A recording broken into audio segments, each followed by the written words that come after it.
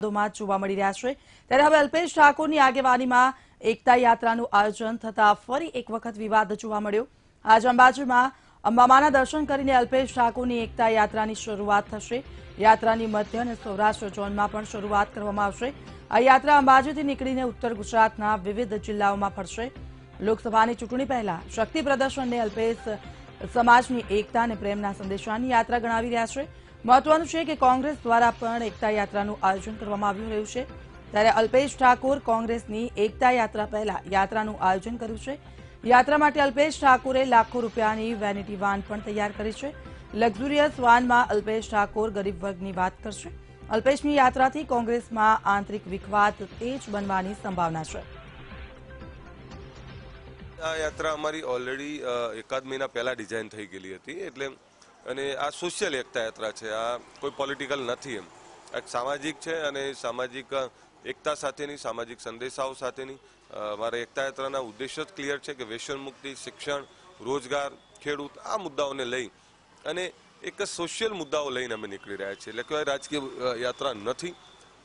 જે નીકળશે એમાં ગામડાઓની એકતા છે, તમામ સમાજના લોકો જોડાવાના છે। ઠાકોર સેનાની સાથે તમામ સમાજો સમર્થન કરી રહ્યા છે।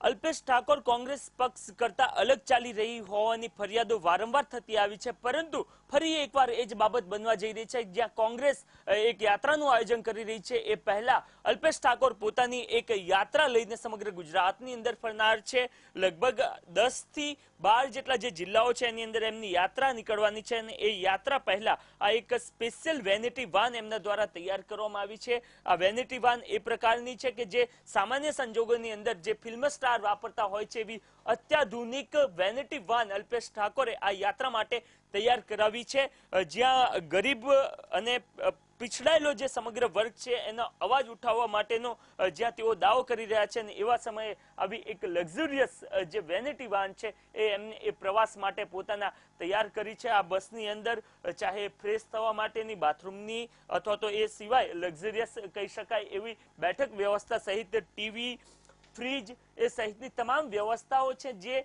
કદાચ રાહુલ ગાંધીની જે બસ સમગ્ર ગુજરાતની અંદર ફરી હતી એની અંદર પણ જેવી વ્યવસ્થા નહીં હતી એવી ખાસ પ્રકારની આ વ્યવસ્થા આ જે વેનિટી વાન તૈયાર કરવામાં આવી છે એની અંદર કરવામાં આવી છે। એટલે કે જ્યાં એક તરફ પીછડાયેલા વર્ગના અવાજ ઉઠાવવા માટેની વાત કરી રહ્યા છે ત્યાં જ આવી લાખો રૂપિયાની અંદર તૈયાર થયેલી એક વેનિટી વાનની અંદર અલ્પેશ ઠાકોર પ્રવાસ આગામી 20મી તારીખથી શરૂ કરવા માટે જઈ રહ્યા છે, જે પ્રવાસને એમની લોકસભાની ચૂંટણી લડવાની જે મહત્વાકાંક્ષાઓ છે એની સાથે પણ જોડવામાં આવી રહી છે।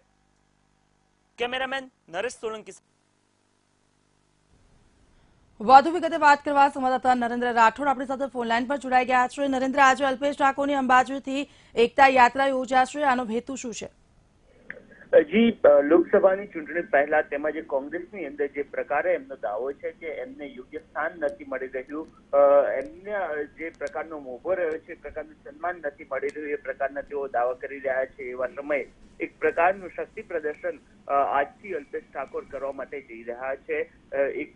એકતા યાત્રાના નામે તેઓ યાત્રા આજથી શરૂ કરી રહ્યા છે। અંબાજી માતાના દર્શન કરીને ત્યારબાદ ઉત્તર ગુજરાતની અંદર એમની યાત્રા ફરનાર છે। ત્યારબાદ બીજા 2 તબક્કાની અંદર મધ્ય ગુજરાત અને જે સૌરાષ્ટ્ર ઝોન છે એની અંદર પણ એમની યાત્રાનું આયોજન કરવામાં આવ્યું છે, જ્યાં એક તરફ ઠાકોર સેનાની અંદર પણ એમનો કેટલીક જગ્યા પર વિરોધ થઈ રહ્યો છે, બીજી તરફ કોંગ્રેસની અંદર પણ યોગ્ય સ્થાન ન મળવાનું એમના દ્વારા ફરિયાદ થઈ રહી છે। એવા સમયે લોકસભાની ચૂંટણી પહેલા આજથી જે યાત્રા શરૂ થઈ રહી છે એ કોંગ્રેસની સામે પોતાનું શક્તિ પ્રદર્શન અથવા તો પોતે શું છે, ઉત્તર ગુજરાતની અંદર એમની ભૂમિકા, આવનાર રાજનીતિની અંદર શું રહેવાની છે, તમામ બાબતોને બોલ્યા વગર કરીને દેખાડવા માટેનો એક પ્રયાસ અલ્પેશ ઠાકોર આજથી કરવા જઈ રહ્યા છે।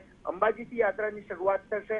એ સમગ્ર વિસ્તાર છે એ ઠાકોર સમાજના હોલ્ડવાળો વિસ્તાર છે અને અલ્પેશ ઠાકોરને ત્યાં સફળતા મળી ચૂકી છે। તેઓ ચૂંટણી ઉત્તર ગુજરાતની અંદરથી જીતી ચૂક્યા છે, એમના કેટલાક મિત્ર ધારાસભ્યો પણ ત્યાંથી ચૂંટણી લડી ચૂક્યા છે। એવા સમયે અલ્પેશ ઠાકોર જરૂરથી આ શક્તિ પ્રદર્શન કરવા માટે જઈ રહ્યા છે। જો કે તેઓ જરૂર એ જણાવી રહ્યા છે કે આ યાત્રા તમામ લોકોને એક કરવા માટેની છે, શક્તિ પ્રદર્શન માટેની નથી। બિલકુલ, આભાર નરેન્દ્ર સમગ્ર વિગત બદલ। તો અંબાજીથી શરૂ થશે એકતા યાત્રા। અલ્પેશ ઠાકોરની આ એકતા યાત્રાને 2019 સાથે જોડવામાં આવી રહી છે।